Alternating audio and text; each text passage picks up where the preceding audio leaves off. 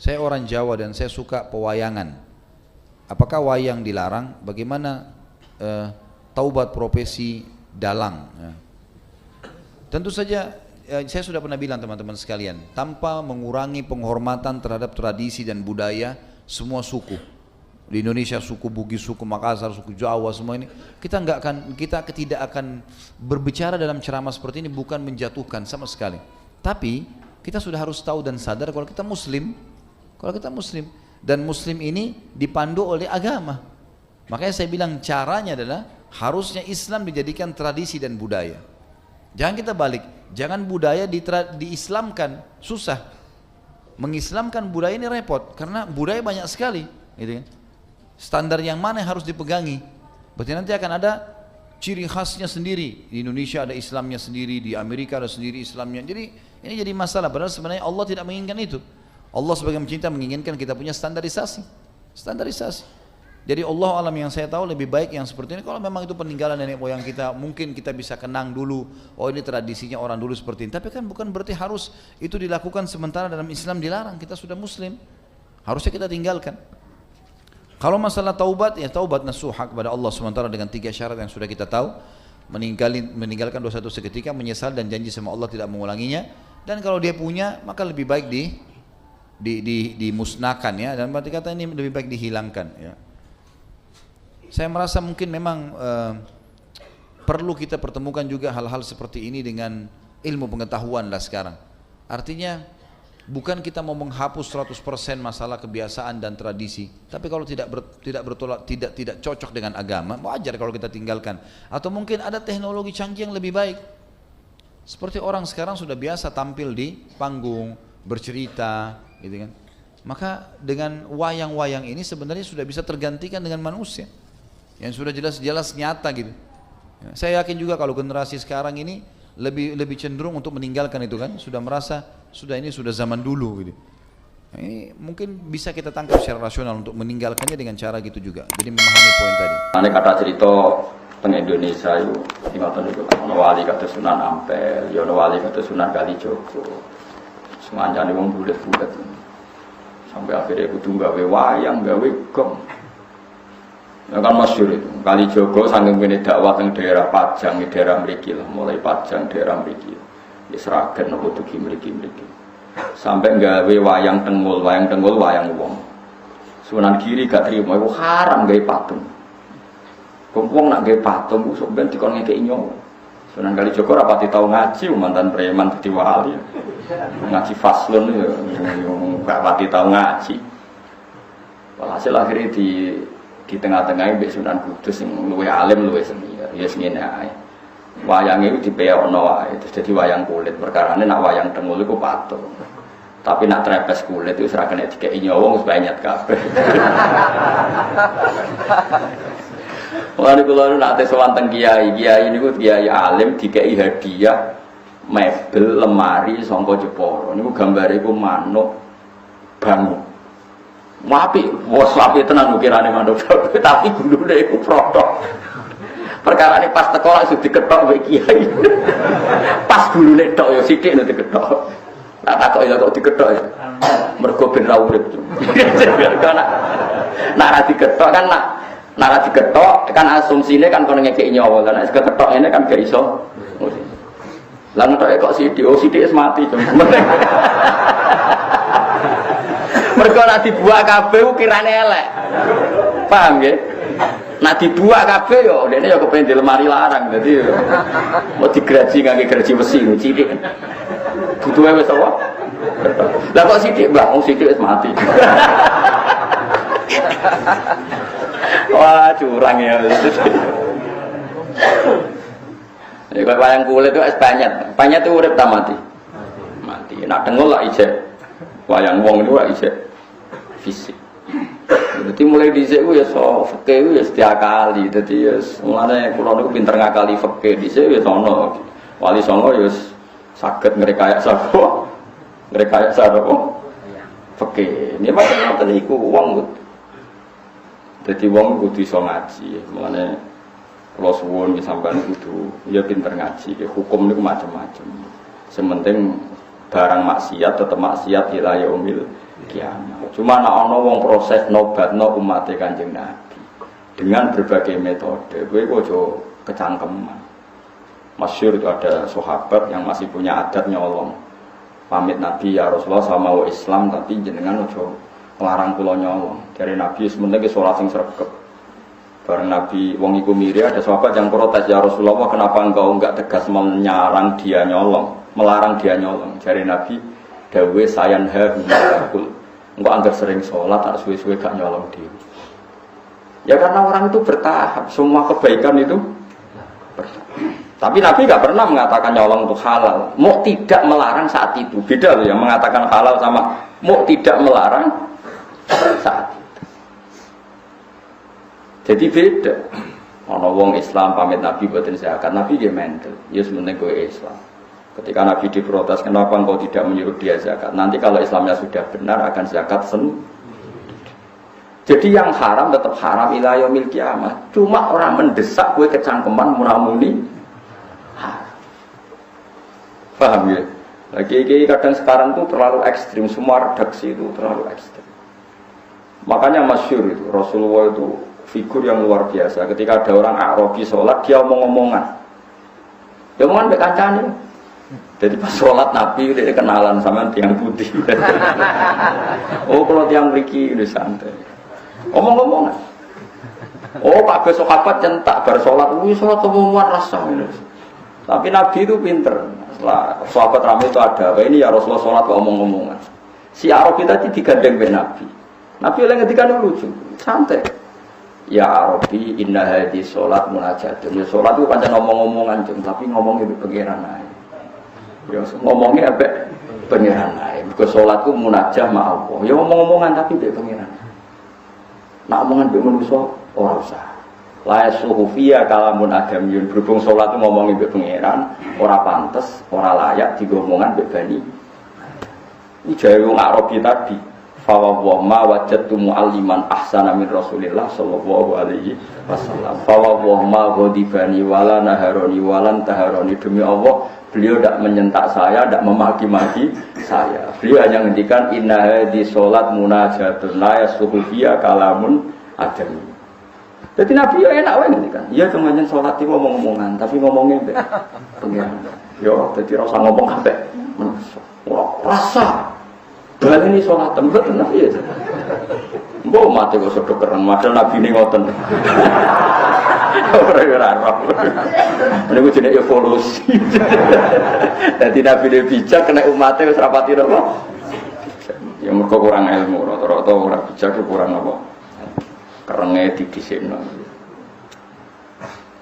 Jadi kita ini itu terus belajar ya, terus. Meskipun hal-hal yang mungkin kita duga dulu itu kontroversi, tapi sekarang itu kelihatan penting. Saya di Matolek Kajen itu pernah disuruh jadi narasumber fikih. Itu saya bilang begini, kamu masih muda harus belajar fikih yang luas. Termasuk kemungkinan sholat jenazah itu boleh jenazahnya di belakang.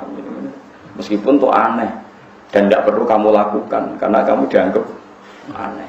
Tapi itu zaman Imam Nawawi yang ngarang Majmu' sudah dibicarakan. Jenazah di depan itu syarat sah atau adat. Mulai dulu lama bilang hanya adat. Hakada wajadna dzalika salafan wa khulafan. Panjang kita nak nyolati jenazah, normalnya jenazah di depan. Tapi itu hanya adat. Tidak bisa kamu katakan syartu sihah syarat sah. Fa'inal janazah laisat biman ziratil imam. Karena jenazah itu tidak imam, kenapa harus di depan? Ayo kok nak mentah kan. Saiki jenazah kok ngarep alasane opo? Ora imam kok didakok. Nah. Berhubung ra imam kok buri ora apa-apa, ora imam kok kudu kok. Nah. Ya tapi ora usah mbok lakoni. Ora usah. Tapi ini tetap penting. Sekarang kelihatan penting dalam konteks Arab Saudi. Itu ada di kitab Mahali, saya mencari nanti di kitab Mahali. Kitab Mahali itu di atas kitab Fathul Wahab.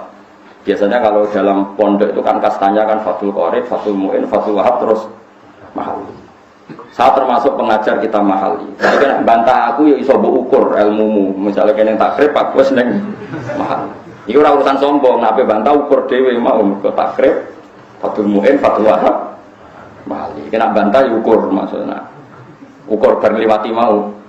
Bareng lewati Fathul Warib, Fathul Mu'in, Fathul Wahab, bariku kowe golek aku. Ayo Gus bapak ya debat gak apa-apa. Itu di kitab Mahali diterangkan. Ketika seperti itu kita hanya mengatakan jenazah ya sudah di depan. Memang seperti dulu ya seperti itu jenazah di depan. Tapi kamu jangan meyakini harus di depan karena fa'innal janazata laysat bimanzilatil imam. Jenazah itu tidak imam. Sekarang terbukti dalam konteks Arab Saudi. Dulu ketika saya kecil itu sering diceritani bapak saya yang haji. Kalau tiap maktubah itu ada jenazah yang dibawa ke depan untuk disolatkan di Masjid Haram. Paham ya? Jelas ya? Kita sepakatkan di sejarah seperti itu. Sampai ada tragedi yaitu ada senjata senapan laras panjang dibungkus ala apa? Jenazah kemudian dibawa ke depan. Ketika pas disolati para teroris ini mau menggunakan senjata itu untuk nembakin apa? Jamaah. Itu peristiwa tahun pinten ya 7 berapa 78 atau 82 pokoknya pernah itu terjadi. Pernah atau dengar sama cerita itu. Terus sekarang di Arab Saudi tiap maktubah yang nate haji nate umrah tiap maktubah ada sholat jenazah enggak? Enggak, sama jawab saja. Ada kan? Sekarang tuh ada enggak? Ada. Jenazahnya di mana? Enggak di depan apa di belakang? Di belakang tetap di kamar jenazah. Aku tuh eling Imam Nawawi, cek mandi nih Imam Nawawi. Tapi nih Indonesia kira usah ngono. Jenazah pe gaya pisan kok ngarepe kok putus tombune. Oh Indonesia kan enggak mendesak untuk. Dadi Moskow dadi mudin aja lakoni dosa gede. Mesti dalam konteks Indonesia ora usah. Tapi secara ilmu kowe ngerti nek jenazah ora imam. Mulane ra kudu kok ngarep. Paham ya? Bukti lagi salat ghaib. Jogja sama Surabaya timur mana? Timur mana? Ketika Pak Hasyim kapundhut di Malang atau di Jakarta, orang Aceh boleh nggak nyolati ghaib? Kan jenazahnya di belakang. Jadi ini pentingnya ilmu. Pokoknya ilmu kamu percaya saja kalau jenazah itu tidak imam. Cuma kalau adatnya di kampung kita depan ya di depan. Ya sudah gitu aja, orang usah. Terus gue saking gobloknya, ini syarat sah, kalau nggak begini nggak sah. Jahil anta berarti, bodoh. Paham ya? Ini biasa aja. Paham ya? Pemenang mau kepala kok, dia dari Mustafa Kekeru. Nak sirah itu tempat di, nak tempat di utara masalah. Biasanya di Mosoro gue. Itu, mesti gitu ya. Nah kan? Lor, ada Mustafa cek gak terima kata saya gitu. Nah, datang lagi sirah teng lor gitu. Apa separuh-separuh? Lanang itu. Kan lanang gitu. Gitu. Oh gitu loh. Nah, sampai lanang. Lor. Nah, teng daerah kula lor kabeh. Mriki alhamdulillah wonten lor wonten. Gitu. Nah, cara kula ya ora masalah. Karena ya ora imam mau wis. Ya tapi sing fanatik nggih kuwat. Kula niku wis kiai ini bolak-balik nak teng daerah kula nggih enak lah masih banyak orang alim. Nah, wonten. Kula nate nyolati jenazah sirahe ku ning lor. Keluargane kebetulan rada aneh, setuju sirahe ku ning kidul. Jenazah kanan. Ambek mudin teng kula ora trimo. Kene mulai dhisik kiai kene ku luar terus kok aneh-aneh ning kidul. Jare keluargane, mboten kiai kula kedadak kidul. Lah kula calon imame kula jek guri. Padahal sing imami mengke kula. Aku terus omong ya. Mpun tek yang lor teng kidul wong kula kaul jenazah kok guri wae roh kok menawa trimo lor mbek kidul lho. Lalu sendiri jenenge Gus Bak mpun sami napa. Menawa nek trimo salat lor mbek kidul, umpama jenazah kok guri wae aku roh kaule. Wah, meneng deh. Saya mulane kena bantah aku ngenteni wae takrif. Mungkin Fathul Wahab terus hadis. Bariku golek iku lho. Mun Gus imbang, mari berdebat no. Tapi yang ngaji mali khatam bolak-balik cek latihan lho kamu. Baik. Yang disepakati oleh para ulama adalah gambar la'anallahu musawwirin, Allah mengutuk orang yang membuat gambar adalah gambar mujassadah, gambar yang berbentuk. Kecuali untuk boneka anak kecil. Gambar yang berbentuk mujassadah, itulah yang dikatakan haram, tapi dari yang bernyawa. Kalau yang tidak bernyawa enggak. Sesuatu yang utuh dari yang bernyawa dalam bentuk utuh itu disebut patung itu. Apakah kucing, binatang, pokoknya bernyawa. Yang berbentuk itu yang disepakati keharamannya. Adapun gambar yang tidak berbentuk khilaf di antara para ulama. Nah, kemudian wayang itu adalah budaya seni. Sebelum adanya Islam sudah ada wayang. Lalu para ulama dari Wali Songo ini ingin bagaimana membawa wayang ini sebagai sarana untuk berdakwah. Tujuannya adalah berdakwah. Seandainya tanpa wayang bisa, ya nggak ada masalah. Cuman karena wayang adalah seni yang satu betul-betul masyarakat yang lagi disenangi dan sampai hari ini pun masih banyak penggemarnya. Kita tidak bicara tentang penggemar hari ini. Pada saat itu bagaimana para wali itu melihat wayang. Termasuk dipelopori oleh Sunan Kalijogo. Wayang ini adalah budaya yang orang bisa berkumpul di situ. Makanya beliau masuk dakwah melalui pewayangan ini. Sehingga wayang itu banyak kisah yang dirubah. Kisah syiriknya adalah dirubah. Termasuk di dalamnya adalah dimasukkan kisah Bagong, Semar, Norogareng, Petro. Itu adalah sebenarnya untuk menghilangkan kesyirikan. Karena di situ kan dalam pewayangan itu kan diambil dari kisah Hindu-Buddha itu tentang Bharatayuddha, tentang Ramayana dan sebagainya itu. Kemudian bagaimana? Kan di situ selalu ada dewa-dewa. Dewa itu kan Tuhan selain Allah. Cuman di situ telah dikemas oleh para ulama-ulama itu adalah zaman itu adalah bagaimana agar kesyirikan di dalam dunia pewayangan sudah tidak ada. Ini dari masalah keyakinan. Sehingga di situ ada tokoh-tokoh namanya tokoh Punakawan. Ini adalah tokoh tambahan yang tidak pernah ada sebelumnya. Kulit namanya tipis, itu bukan digolongkan sebagai mujasad. Itu ada makna, ada maksud di balik itu semuanya. Kenapa tipis? Makanya hendaknya, ya ini, harusnya ini yang hendaknya kalau ingin mengenakan seni wayang. Kalau sudah berbentuk, itu kembali kepada permasalahan tadi. Karena yang tidak diperkenankan adalah gambar-gambar yang berbentuk berjasad. Jadi kami himbau kepada para seniman-seniman wayang hendaknya kembali kepada apa yang telah ditata oleh ulama-ulama terdahulu kita Wali Songo. Kisah-kisahnya harus kisah membangun, bukan memprovokasi, bukan mengajari jelek, tapi membangun keimanan di dalamnya. Kemudian masalah wayangnya pun hendaknya tetap diperhatikan, jangan sampai keluar daripada jalur syar'i yang sudah dibahas oleh ulama dulu. Biarpun kita tidak pernah ngerti sebabnya, kenapa harus pakai kulit dan sebagainya. Karena itu adalah untuk tidak menjadikan bentuk jasad, mujassadah. Kemudian juga di dalam gambarnya itu sendiri sudah dirusak. Padahal namanya Arjuna katanya orang paling ganteng. Coba lihat ganteng dari mana kalau gambarnya kayak begitu. Jendol belakangnya begitu katanya paling ganteng Arjuna. Itu gambarnya sudah dirusak semuanya. Akhirnya tidak mau.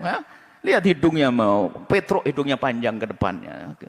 Nah, macam-macam begitu. Dan ini sudah ingin dirusak daripada supaya tidak kepada kesyirikan yang namanya patung atau kesalahan keharaman yang namanya patung. Jadi seperti itu. Jadi kami himbau seni pewayangan selagi masih bisa digunakan untuk berdakwah, gunakan untuk berdakwahkan, tapi pertama harus itu dari sisi keyakinan di dalamnya, kisah-kisahnya harus benar-benar disesuaikan dengan syariat Islam. Kemudian masalah wayangnya seperti itu.